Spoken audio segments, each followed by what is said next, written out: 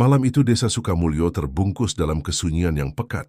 Jam dinding di rumah-rumah sudah menunjukkan pukul 11 malam. Namun sebagian besar warga telah terlelap. Jalanan yang siang harinya ramai oleh aktivitas para petani dan pedagang, kini sepi. Hanya ditemani suara jangkrik dan sesekali lolongan anjing dari kejauhan. Di ujung desa, seorang pemuda bernama Andi berjalan terburu-buru sambil menenteng helm di tangannya. Ia baru saja pulang dari acara ulang tahun temannya di kampung sebelah. Motornya mogok di tengah jalan, sehingga ia harus menuntunnya sampai bengkel kecil yang kebetulan masih buka, meski dengan lampu seadanya. Mekanik bilang motornya harus diinapkan, jadi Andi tidak punya pilihan selain berjalan kaki, melewati jalan pintas. Jalan itu terkenal, sebuah jalur kecil yang membelah persawahan, lalu berakhir di depan sebuah pohon beringin besar yang berdiri angker di tepi jalan raya desa. Warga setempat sering memberi peringatan agar tidak lewat sana terlalu larut, apalagi sendirian. Andi sebenarnya tahu cerita-cerita itu. Katanya pohon beringin itu bukan sekadar pohon biasa. Konon, arwah seorang perempuan yang meninggal gantung diri di cabangnya masih bergentayangan hingga kini, menjelma sebagai kuntilanak.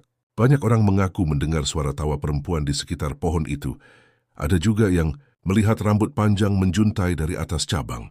Namun Andi, seorang pemuda yang rasional dan agak keras kepala, menganggap itu hanya takhayul.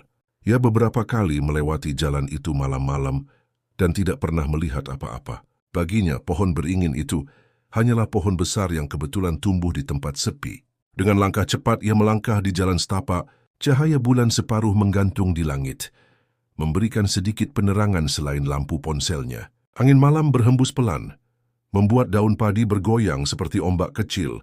Andi mencoba mengusir rasa takut dengan bersenandung pelan. Cuma cerita orang tua. Aku kan sudah sering lewat sini. Nggak ada apa-apa, gumamnya sambil menepuk-nepuk dada. Namun jauh di dalam hatinya, ada sedikit rasa was-was. Mungkin karena ia tahu, setelah sawah ini ia akan sampai di pohon beringin itu. Pohon yang diam-diam selalu membuat bulu kuduknya meremang, meski siang bolong. Setelah sekitar 15 menit berjalan, Andi mulai melihat siluet pohon itu dari kejauhan. Besar, menjulang dengan akar-akar gantung menjulur seperti tirai hitam. Meski diterangi cahaya bulan, pohon itu tampak seperti bayangan raksasa yang menghalangi jalannya. Ia menelan ludah, langkahnya melambat, tapi ia cepat menggeleng, menepis rasa takutnya. Ayo, cuma pohon, jalan terus. Semakin dekat, semakin jelas bentuk pohon itu. Batangnya besar, butuh 5 orang dewasa untuk memeluknya. Daunnya lebat, menyerap cahaya bulan, sehingga area sekitarnya tampak lebih gelap dibanding bagian jalan lain. Seperti ada kabut tipis yang menyelimuti bawah pohon itu. Andi berhenti sejenak, berdiri sekitar 10 meter dari pohon. Tangannya memegang helm lebih erat. Pikirannya mulai bergejolak. Ia bisa saja memutar balik dan mencari jalan lain. Tapi itu berarti ia harus menambah setengah jam perjalanan. Sudahlah, jalan cepat saja. Nanti juga sampai, katanya meyakinkan diri. Ia melangkah lagi, kali ini lebih cepat. Nafasnya mulai berat, bukan karena lelah, tapi karena jantungnya berdegup kencang. Saat ia tinggal beberapa langkah dari pohon beringin itu, tiba-tiba angin bertiup kencang. Daun-daun berjatuhan, ranting bergoyang.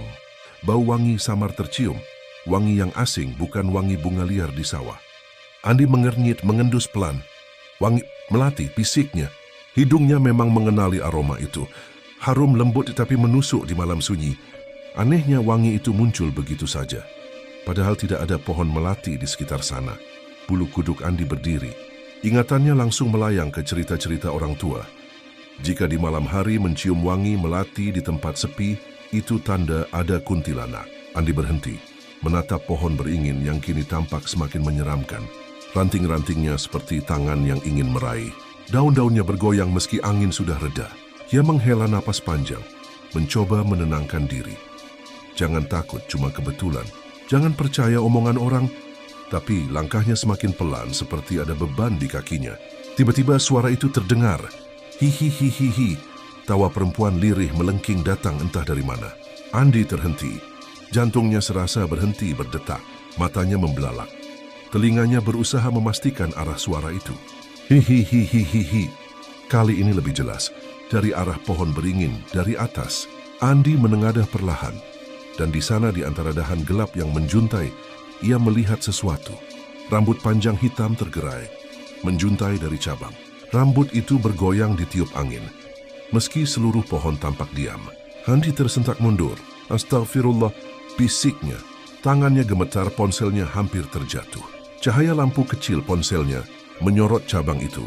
Rambut itu masih di sana, panjang, hitam, dan ada wajah pucat samar di baliknya. Mata merah menyala menatap lurus ke arahnya. Andi berdiri terpaku, tubuhnya gemetar hebat. Cahaya dari ponsel yang ia genggam bergetar bersama tangannya, membuat sorotan cahaya bergoyang tak menentu.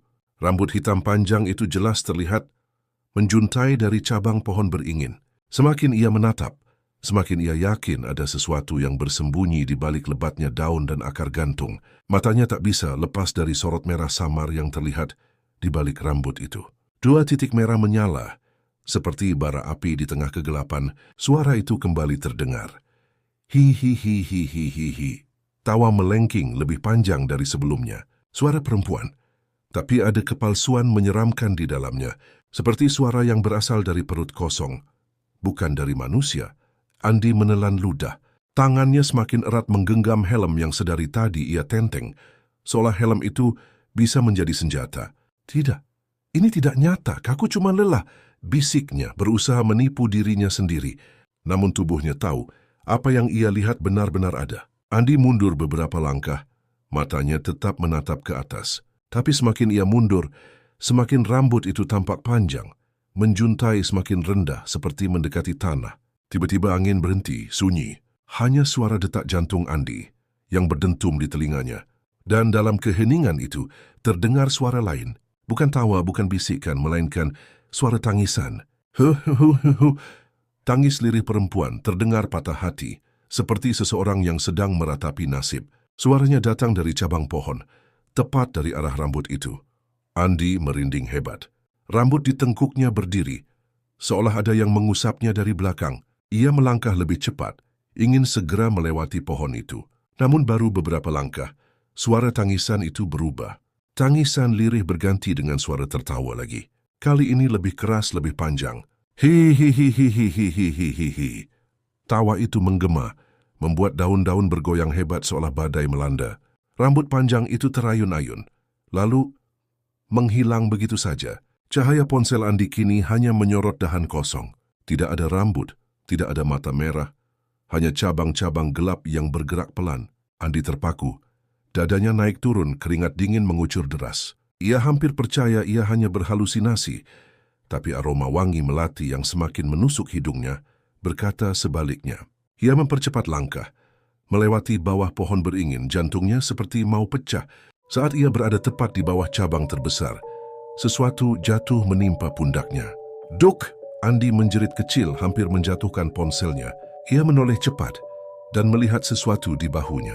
Daun kering, hanya daun kering. Andi menghela napas panjang, mencoba meyakinkan diri. Astaga, daun saja kok panik. Gumamnya meski tubuhnya masih gemetar. Ia melangkah lagi, melewati batas pohon.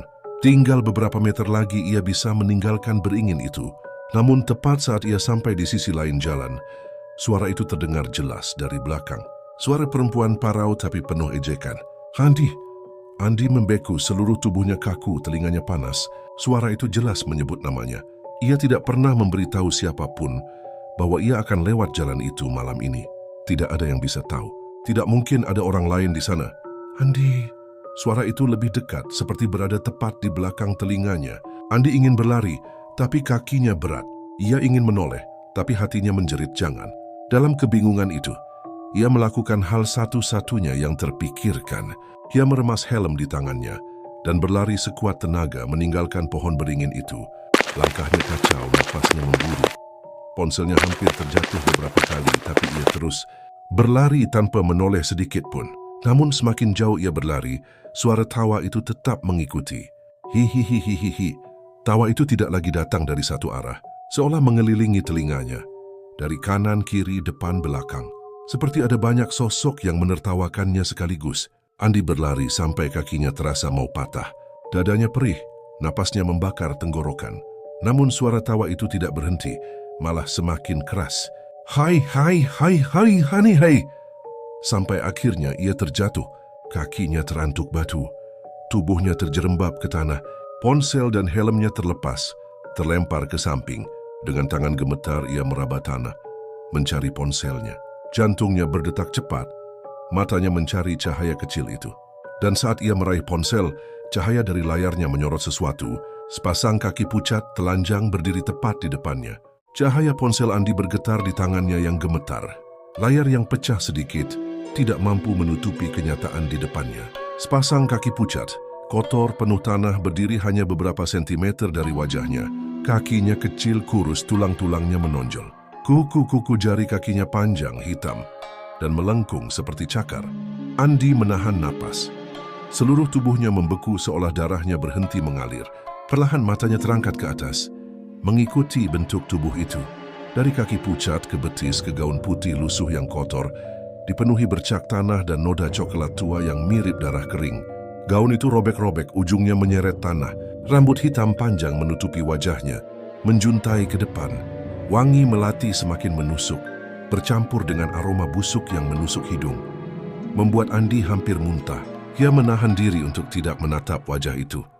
Tapi rasa takut yang memuncak memaksanya. Pelan-pelan, rambut itu bergeser tertiup angin, wajah pucat itu terlihat. Kulitnya putih kehijauan, matanya besar, hitam pekat tanpa bola mata. Mulutnya robek lebar, seolah dipaksa tersenyum. Dan dari sela bibirnya yang hitam kering terlihat gigi-gigi tajam yang tak beraturan. Andi menjerit tertahan. Ponselnya hampir terlepas lagi, tapi ia segera menggenggamnya lebih kuat. Sosok itu menunduk, wajahnya mendekat ke arah Andi. Jaraknya kini hanya beberapa jengkal. Andi bisa merasakan napasnya, dingin, bau tanah basah bercampur darah. Lalu terdengar suara itu. Hihihihihihi. Tawa panjang tepat di depan wajahnya. Gema suaranya seperti menembus kepala Andi, membuat gendang telinganya berdenging. Andi merangkak mundur secepat yang ia bisa. Tubuhnya gemetar hebat. Tapi kuntilanak itu bergerak cepat, melayang sedikit tanpa suara, mengikuti gerakannya. Andi, suara itu parau, serak tapi jelas. Kenapa buru-buru? Andi menabrak batang pohon kecil di belakangnya. Tidak ada jalan mundur lagi. Dengan panik, ia meraih helm yang tadi terlempar. Dengan teriakan nekat, ia melempar helm itu ke arah sosok putih itu. Helm menghantam wajah kuntilanak dengan keras. Tapi yang terjadi bukan seperti yang ia harapkan. Tidak ada jeritan kesakitan. Tidak ada tubuh yang terpental. Helm itu hanya menembus tubuhnya, jatuh ke tanah di belakang. Sosok itu tidak bergeming, Andi membeku. Matanya melebar, astaga. Sosok itu perlahan condong lebih dekat. Kini wajahnya hanya beberapa sentimeter dari wajah Andi. Matanya yang hitam pekat membesar, seperti hendak menelan wajahnya. Dan kemudian mulutnya terbuka lebar. Sangat lebar, tidak masuk akal. Sampai rahangnya terdengar patah. Dari mulut itu keluar suara jeritan melengking, bercampur tawa. Hasi kita safi karitu sasiu forti sumati wasu. Amnawa kokaki tadi. Andi menutup telinganya. Tubuhnya bergetar hebat. Jeritan itu membuat dadanya terasa diremas. Jantungnya hampir berhenti. Dengan sisa tenaga, ia meraih ponselnya lagi dan menyorotkan cahaya ke wajah sosok itu. Anehnya, cahaya membuatnya sedikit mundur, seperti terusik. Andi sadar satu hal. Ia harus lari sekarang juga atau semuanya berakhir. Dengan lutut gemetar, ia bangkit berdiri, lalu berlari secepat-cepatnya. Nafasnya tersengal. Kakinya terasa mau patah, tapi ia tidak peduli. Suara itu mengikuti tawa. Tangkis jeritan. Semua bercampur. Kadang di depan, kadang di belakang, kadang di samping. Seolah sosok itu tidak hanya satu, tapi banyak. Hehihihihi, Andi. Oh, hihihihi. Langkah Andi kacau. Setiap kali ia menoleh sedikit, bayangan putih itu melayang di sisi jalan, kadang di atas, kadang di samping. Kakinya terantuk batu lagi. Ia hampir jatuh, tapi segera menahan dengan tangannya. Lututnya tergores, darah mengalir, tapi ia tetap berlari. Sampai akhirnya, ia melihat cahaya. Di ujung jalan sepi itu, terlihat lampu jalan dari perkampungan kecil. Cahaya kuning redup, tapi bagi Andi, itu seperti cahaya surga. Sedikit lagi. Gumamnya, napas terputus-putus. Namun tepat saat ia hampir mencapai cahaya, suara itu kembali terdengar. Kali ini tepat di telinganya. Andi menoleh dan ia melihatnya. Sosok kuntilanak itu melayang sejajar di sampingnya. Wajahnya hanya beberapa sentimeter dari wajah Andi. Senyum lebarnya terbuka, matanya hitam pekat, dan dari mulutnya keluar tawa yang begitu keras hingga jalan itu terasa bergetar.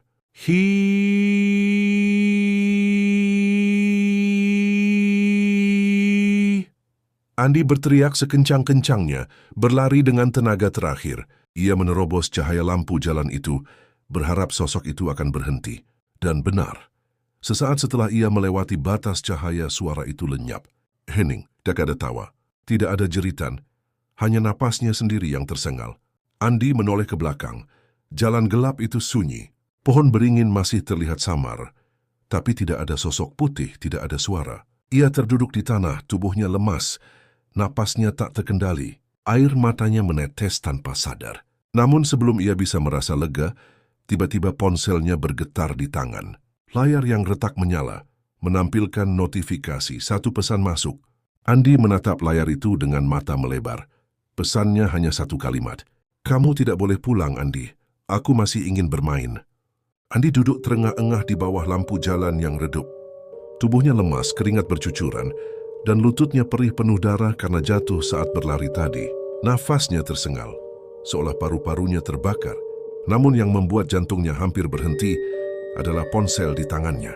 Layar yang retak menampilkan satu pesan singkat. "Kamu tidak boleh pulang, Andi. Aku masih ingin bermain." Tangannya gemetar hebat. Ia menatap pesan itu berkali-kali, berharap itu hanya halusinasi.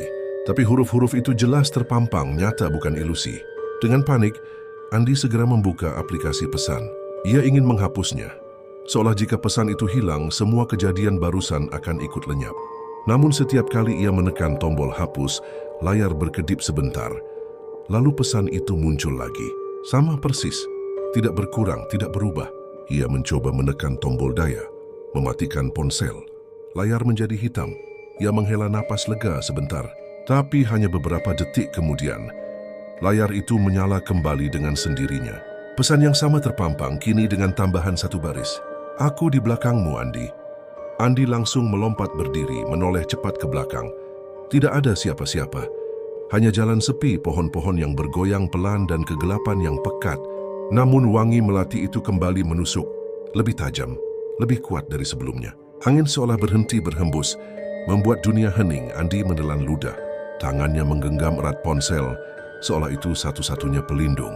Ia mundur beberapa langkah, lalu mulai berjalan cepat menuju kampung yang mulai terlihat lebih jelas di kejauhan. Semakin dekat dengan rumah-rumah warga, perasaannya sedikit lebih tenang.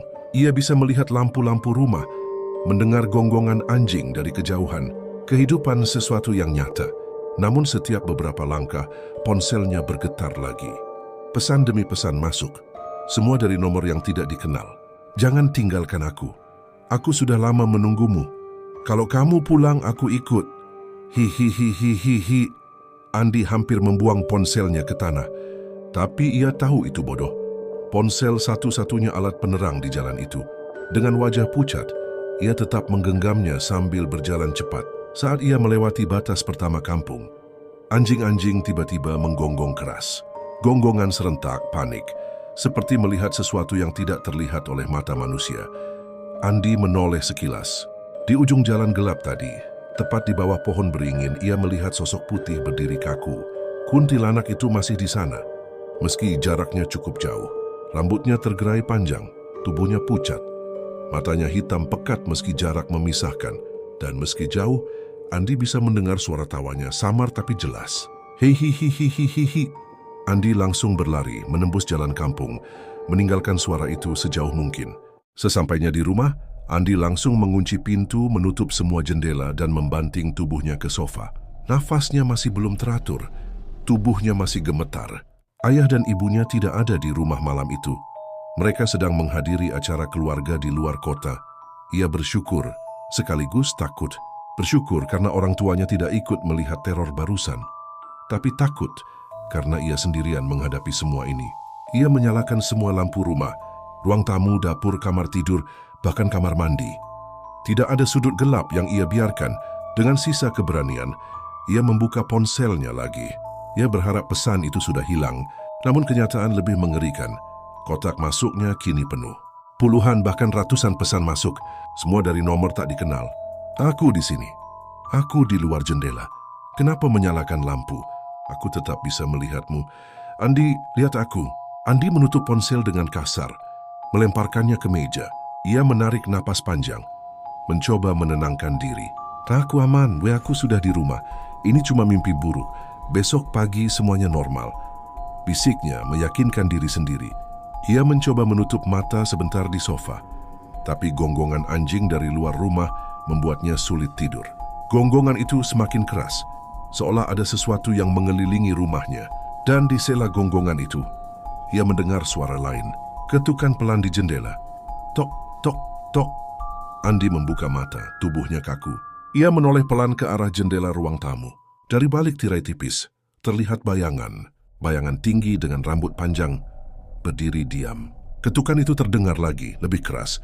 Tok, tok, tok. Jantung Andi berdegup kencang. Tangannya meraih ponsel dengan gemetar, menyalakannya. Layar terbuka menampilkan satu pesan baru. Aku sudah sampai, Andi. Buka pintunya. Ketukan di jendela semakin keras. Tok, tok, tok. Andi menahan napas. Ia tahu itu bukan orang. Siapapun atau apapun yang berdiri di luar sana jelas bukan manusia. Tangannya gemetar saat meraih tirai. Ia ingin memastikan, ia harus tahu. Tapi bagian lain dari dirinya berteriak agar jangan pernah melakukannya. Namun sebelum ia sempat menarik tirai itu, suara lain terdengar. Suara perempuan lirih, tapi jelas berasal dari luar jendela. Andi, bukakan aku pintu. Andi mundur cepat, hampir tersandung meja. Tubuhnya basah oleh keringat dingin, wajahnya pucat pasi.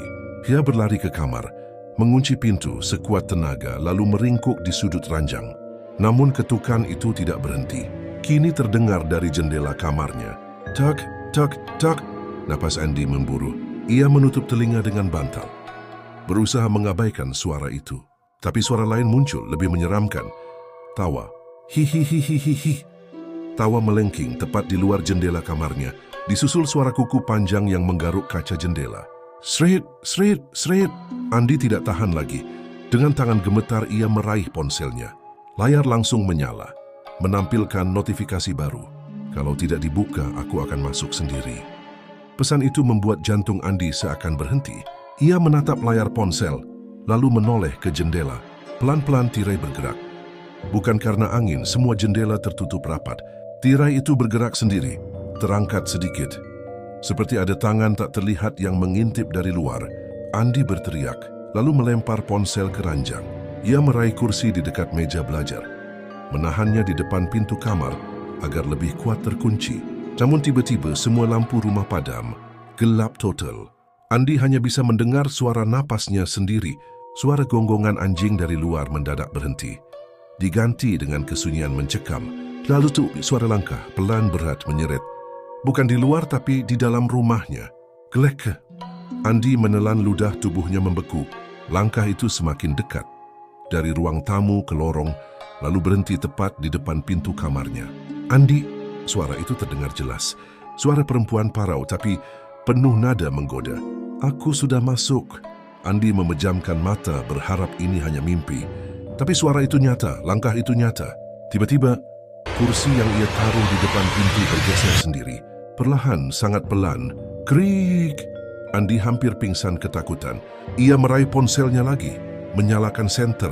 Cahaya kecil itu menjadi satu-satunya harapan. Namun begitu senter menyala, ia melihat sesuatu di dinding kamarnya. Bayangan-bayangan perempuan berambut panjang, berdiri tepat di depan pintu. Dan kemudian pintu itu terbuka perlahan. Seret, sosok itu masuk, tubuh pucat dengan gaun putih kotor. Rambut hitam panjang menutupi wajahnya. Tapi mata hitam pekatnya tetap terlihat dari balik rambut. Andi menjerit mundur ke sudut ranjang. Cahaya ponsel diarahkan ke wajah sosok itu, tapi tidak membuatnya mundur seperti sebelumnya. Sosok itu melangkah mendekat. Tangan pucatnya terulur, kuku panjangnya mengarah ke wajah Andi. Andi, suaranya parau. Mainlah denganku. Andi menjerit sekuat tenaga, mencoba meraih apapun untuk melawan. Tangannya menyambar botol minum di meja, melemparkannya ke arah sosok itu. Botol itu menembus tubuhnya, jatuh begitu saja ke lantai. Sosok itu tidak berhenti. Kini ia sudah berdiri tepat di tepi ranjang, menunduk. Wajahnya semakin dekat dengan wajah Andi. Bau melati busuk menusuk hidungnya. Mulut sosok itu terbuka lebar. Sangat lebar, tak masuk akal. Dari mulutnya keluar suara tawa bercampur jeritan. How si afeski dezen tepenafidafos. Hei isi kortisah. Andi menutup telinganya, berteriak ketakutan. Dan tepat saat sosok itu hampir menyentuh wajahnya, ponselnya kembali bergetar. Layar menyala, menampilkan satu pesan baru. Kalau kamu bertahan sampai jam 3, aku akan pergi. Tapi kalau tidak, kamu akan ikut denganku. Andi menatap layar dengan mata melebar. Jam di pojok ponsel menunjukkan pukul 2.15. Ponsel di tangan Andi terus bergetar. Pesan terakhir masih terpampang jelas. Kalau kamu bertahan sampai jam 3, aku akan pergi. Tapi kalau tidak, kamu akan ikut denganku. Andi menatap jam digital di pojok layar. Jam 12. Itu berarti ia harus bertahan 45 menit lagi. Tapi bagaimana? Sosok itu sudah ada di dalam kamarnya. Tubuhnya yang pucat berdiri hanya beberapa langkah darinya. Masih menunduk, rambut panjang menutupi wajah, kuku tajam mengarah ke wajahnya. Andi menahan napas ponsel di tangannya satu-satunya cahaya. Ia tahu jika ia melepaskannya, ruangan akan gelap total. Kuntilanak itu mendekat. Langkahnya menyeret, suaranya kembali terdengar lirih. Andi, jangan takut, aku hanya ingin ditemani. Andi mundur ke dinding, punggungnya menempel erat, tak ada lagi ruang untuk lari. Matanya liar mencari sesuatu, apapun. Senjata, benda keras, doa. Tapi otaknya kosong. Sosok itu semakin dekat. Hanya tinggal satu langkah. Lalu tiba-tiba, lampu kamar menyala sendiri. Andi. Cahaya lampu membuat sosok itu hilang dalam sekejap. Seperti asap yang menguap. Andi terperangah menatap kosong ke udara kosong di depannya. Namun ia tahu ini belum selesai. 02.20. Suara dari dapur Andi menarik napas panjang, mencoba menenangkan diri. Oke, aku harus tenang, 40 menit lagi, aku bisa, gumamnya. Tiba-tiba suara keras terdengar dari dapur. Prake! Seperti piring jatuh dan pecah berkeping-keping. Andi melompat dari ranjang, menatap pintu kamar dengan wajah pucat. Tubuhnya gemetar hebat. Suara itu disusul langkah-langkah kecil, cepat, seperti seseorang berlari mondar-mandir di dapur. Lalu terdengar suara perempuan bernyanyi lirih, seperti lagu Nina Bobo. Tidurlah, tidurlah Andi. Andi menutup mulutnya dengan tangan menahan teriak. Air matanya menetes, ponselnya bergetar lagi. Pesan baru muncul, aku di dapur, mau ku buatkan teh? Andi menjatuhkan ponselnya, tubuhnya gemetar hebat. Ia ingin berlari keluar rumah, tapi kakinya lemas. 2.30, lorong panjang Andi akhirnya memberanikan diri keluar kamar. Ia membawa tongkat besi kecil dari gantungan jemuran. Menggenggamnya erat meski tahu itu tak akan berguna. Lorong rumah terasa lebih panjang dari biasanya. Bayangannya sendiri di dinding tampak bergerak aneh. Seperti bukan bayangan normal. Setiap langkah yang ia ambil, terdengar langkah lain mengikutinya. Kadang di depan, kadang di belakang. Yang berhenti. Suara langkah berhenti. Ia maju lagi, suara itu maju lagi. Andi mulai menangis tanpa sadar. Ia berjalan cepat, sampai kau ingin keluar rumah. Namun begitu sampai ruang tamu, ia melihat jendela. Ada wajah pucat menempel di kaca.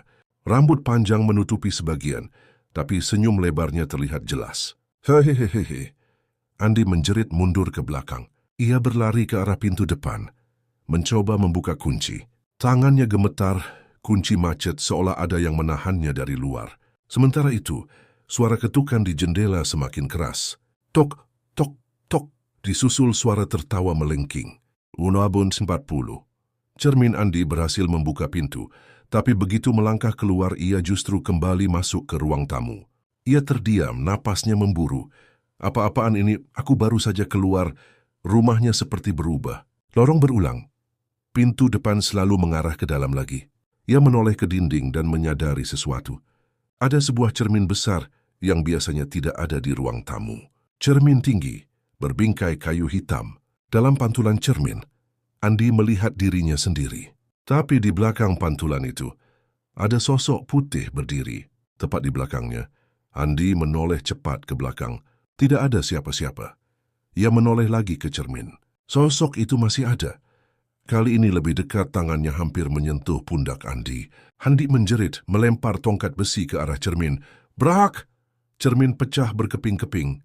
Tapi dari setiap pecahan itu, wajah kuntilanak terlihat. Semuanya tertawa bersamaan. Hihihihihihi. Andi jatuh terduduk menutup telinganya. 02.50. Waktu melambat Andi menatap jam di ponselnya. 02.50, hanya 10 menit lagi. Tapi waktu terasa berjalan sangat lambat. Detik-detik terasa seperti menit. Suara tawa semakin keras, kini datang dari segala arah. Hehihihihi, tinggal sebentar lagi Andi. Bayangan putih berkelebat di setiap sudut rumah. Kadang di langit-langit, kadang di lantai, kadang di belakang pintu. Andi sudah terlalu lelah untuk berteriak. Ia hanya bisa menangis berdoa agar waktu segera berlalu. Notu 3, Sinwonilu. Janji akhirnya, jam ponsel menunjukkan Notu 3, Mendilu. Dan tiba-tiba, semua suara berhenti. Sunyi, hening. Lampu rumah kembali menyala. Suasana kembali normal seolah tidak pernah terjadi apa-apa. Andi terduduk di lantai. Tubuhnya lemas tak berdaya. Nafasnya tersengal. Matanya kosong. Ia merasa seperti baru kembali dari neraka. Ponselnya bergetar sekali lagi. Satu pesan masuk. Kamu selamat malam ini, Andi. Tapi jangan lupa, aku masih menunggumu di pohon beringin. Andi menjatuhkan ponselnya. Tubuhnya bergetar hebat. Ia tahu satu hal, ini belum berakhir. Pagi itu Andi terbangun dengan tubuh lemas. Mata sembab, wajah pucat dan lingkar hitam di bawah matanya begitu jelas. Malam sebelumnya ia merasa nyawanya hampir dicabut berkali-kali. Cahaya matahari masuk melalui celah jendela, memberi rasa hangat. Namun bagi Andi, cahaya itu tidak membawa rasa lega. Justru ia merasa semakin gelisah, karena suara pesan terakhir dari sosok itu masih terngiang. Aku masih menunggumu di pohon beringin. Trauma Andi berjalan pelan menuju kamar mandi, menatap wajahnya di cermin.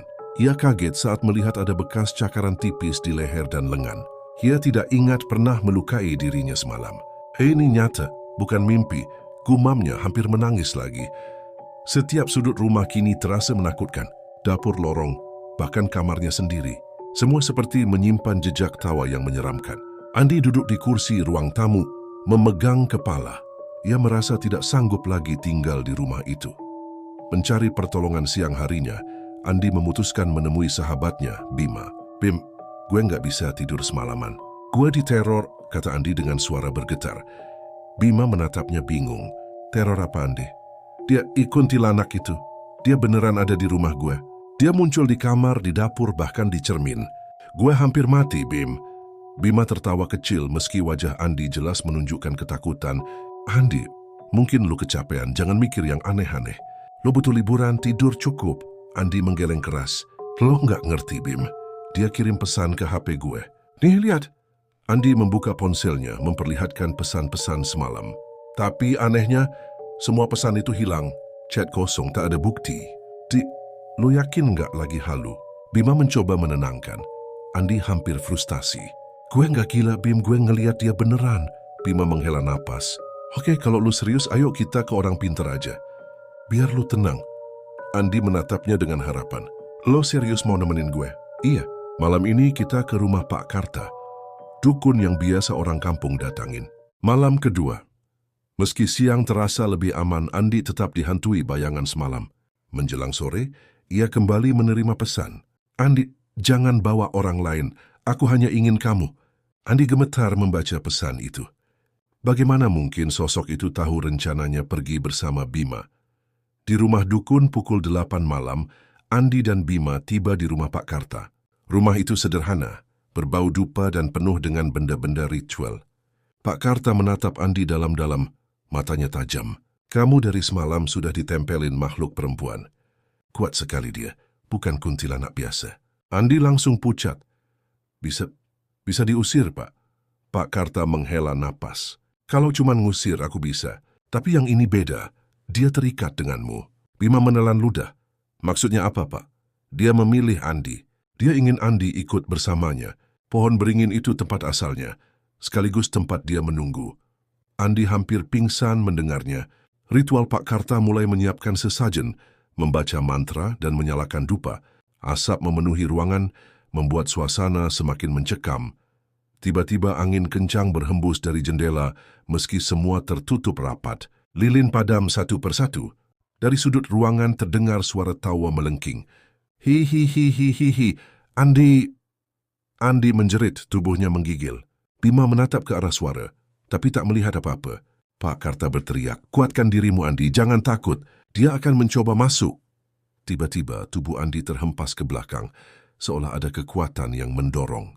Matanya melotot, bibirnya bergerak sendiri. Suara perempuan keluar dari mulutnya. "Andi, kenapa kamu bawa orang lain? Aku kan sudah bilang, aku hanya ingin kamu." Bima terbelalak, ketakutan luar biasa. Pak Karta segera menaburkan garam dan membaca mantra keras-keras. Tubuh Andi bergetar hebat, lalu jatuh pingsan. Peringatan beberapa saat kemudian suasana kembali tenang. Andi terbangun dengan wajah pucat. Pak Karta menatapnya serius. Dia tidak bisa diusir begitu saja. Dia sudah menandaimu. Selama pohon beringin itu masih ada, dia akan terus menunggu. Andi mulai menangis. "Jadi gue harus gimana, Pak? Jangan pernah mendekati pohon itu lagi. Jangan pernah sendirian di malam hari. Dan jangan pernah merespons kalau dia menghubungimu lagi." Bima mencoba menenangkan Andi, meski hatinya sendiri ketakutan. Namun Andi tahu, seberapapun ia berusaha, sosok itu akan terus mencari, ya. Dan pesan terakhir Pak Karta membuatnya makin putus asa. Kalau sudah ditandai, hanya waktu yang bisa menentukan akhir. Sejak ritual di rumah Pak Karta, Andi tidak pernah benar-benar merasa aman. Meski ada larangan untuk kembali ke pohon beringin, rasa penasaran bercampur dengan rasa takut justru membuat pikirannya terus berputar. Pesan terakhir dari makhluk itu masih jelas di kepalanya. "Aku masih menunggumu di pohon beringin." Andi mulai berpikir, kalau aku nggak pernah menghadapinya, sampai kapanpun aku nggak akan tenang. Dorongan untuk kembali Bima sudah memperingatkan berkali-kali. "Di jangan macam-macam. Lo udah lihat sendiri kan betapa seremnya itu? Ngapain lo balik ke sana? Lo mau mati?" Tapi Andi menggeleng. "Bim, gue nggak bisa tidur, nggak bisa makan, nggak bisa hidup normal. Kalau gue kabur terus, dia bakal terus ngejar gue. Gue harus hadapin langsung. Mungkin itu satu-satunya cara." Bima menatap sahabatnya itu dengan wajah cemas. "Kalau gitu gue ikut." Andi menggeleng cepat. "Enggak, dia cuma mau gue. Kalau lo ikut, lo bisa celaka.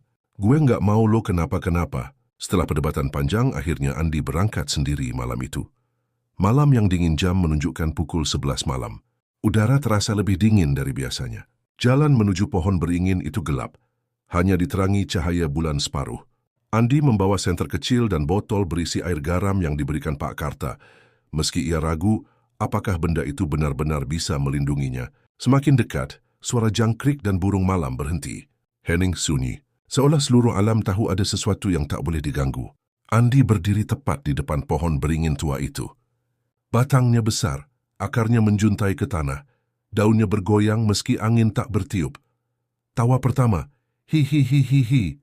Suara itu terdengar jelas dari atas pohon, merambat turun melalui akar dan ranting. Andi mengarahkan senter ke arah suara, tapi cahaya hanya menyorot bayangan. Tidak ada siapa-siapa. "Andi," suara lirih itu kembali, lembut tapi menakutkan. "Kamu kembali." Andi menelan ludah. "Aku di sini. Apa yang kamu mau dariku?" Tawa itu semakin keras melengking, dan dari salah satu akar, sosok putih perlahan muncul. Rambut panjang menutupi wajah, tubuhnya melayang setengah meter di udara. "Aku hanya ingin kamu selamanya." Percakapan dengan bayangan Andi memberanikan diri bicara. "Kenapa aku? Dari sekian banyak orang, kenapa aku?" Sosok itu mendekat, wajahnya tetap tertutup rambut. "Karena kamu mendengarku saat orang lain menutup telinga." Andi ingat kembali malam pertamanya, mendengar suara tawa dari kejauhan. Ya memang satu-satunya yang berhenti dan menoleh. "Kalau aku nggak pernah berhenti malam itu, apa kamu tetap akan mengejarku?" Tanya Andi. Suaranya bergetar. Sosok itu diam sejenak lalu berbisik. "Tidak, tapi sekarang sudah terlambat." Serangan tiba-tiba sosok itu melesat mendekat, begitu cepat hingga Andi tak sempat menghindar. Rambut panjangnya menutupi wajah Andi, membuatnya nyaris tak bisa bernapas. Andi berteriak, menyiramkan air garam ke tubuh sosok itu.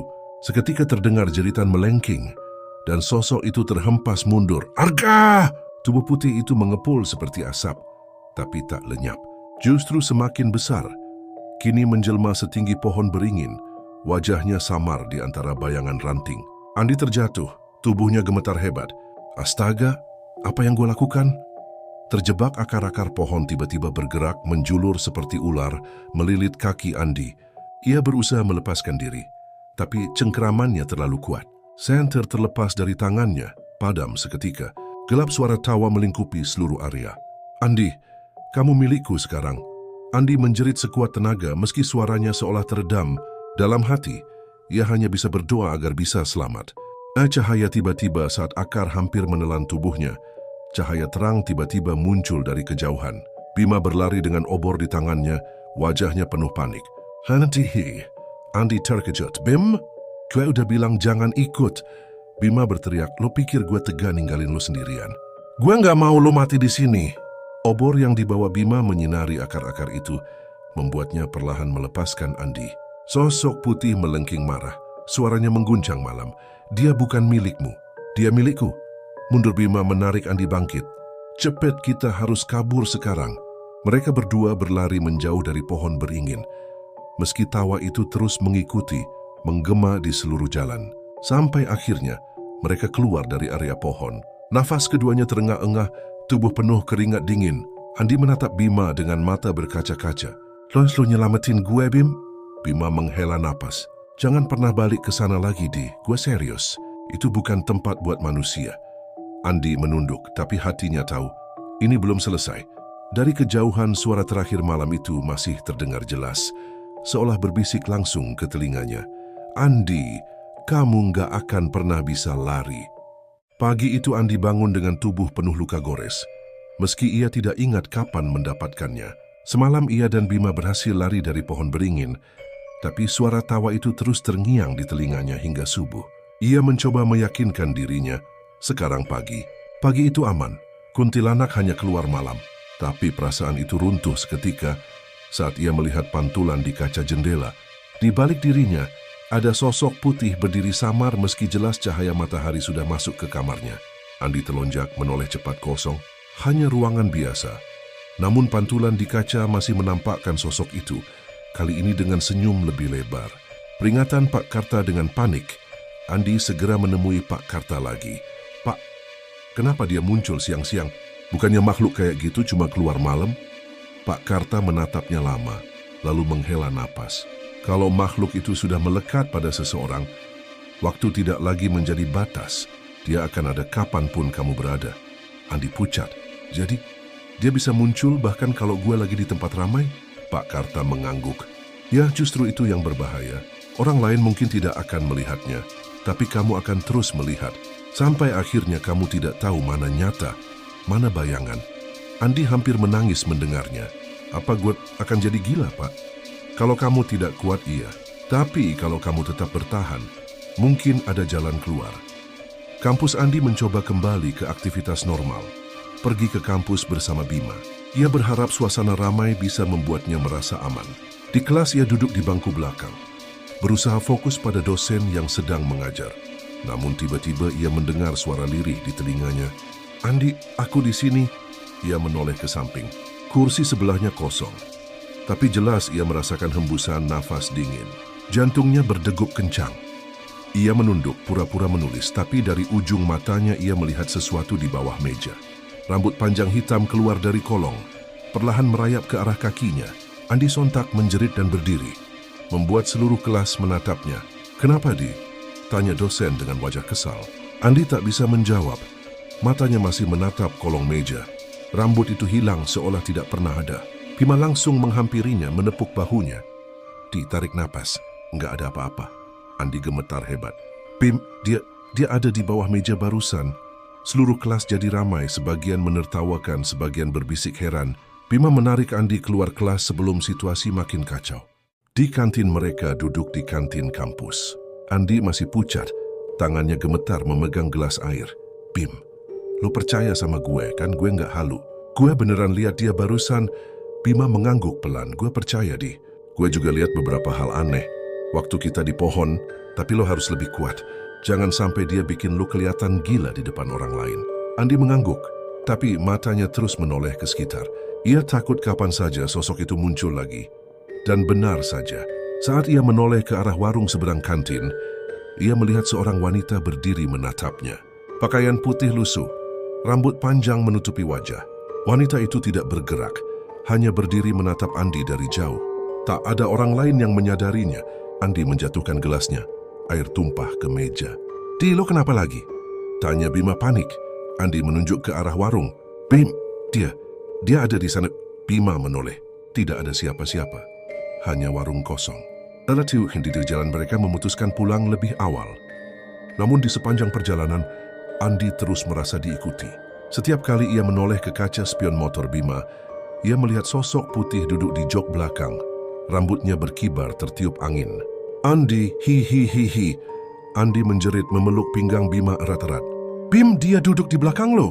Bima hampir kehilangan keseimbangan. "Apa? Jangan bikin gue jatuh, Di." Andi menutup mata, tapi suara tawa itu terus terdengar tepat di telinganya, meski motor melaju kencang. Penalam yang lebih berat. Sesampainya di rumah, Andi benar-benar merasa kelelahan. Ia hampir tidak sanggup menghadapi satu hari lagi seperti ini. Ia menutup semua jendela, mengunci pintu dan mematikan lampu. Berbaring di kasur sambil menggenggam ponsel erat-erat. Namun ketika ia membuka galeri ponselnya, ada puluhan foto baru yang tidak pernah ia ambil. Semua foto itu menampilkan wajah kuntilanak. Dengan senyum lebar, semakin dekat, hingga foto terakhir memperlihatkan wajahnya tepat di samping Andi yang sedang tidur. Andi menjatuhkan ponselnya. Tubuhnya gemetar hebat. Lalu terdengar suara lirih dari bawah ranjang. "Andi, aku sudah bilang, kamu nggak bisa lari dariku. Siang atau malam, aku selalu ada." Andi menutup telinganya, berteriak sekencang mungkin, tapi tawa itu justru semakin keras, memenuhi seluruh kamarnya. Hari-hari setelah teror siang itu, terasa makin tak tertahankan. Andi tidak bisa lagi membedakan apa yang nyata dan apa yang hanya ilusi.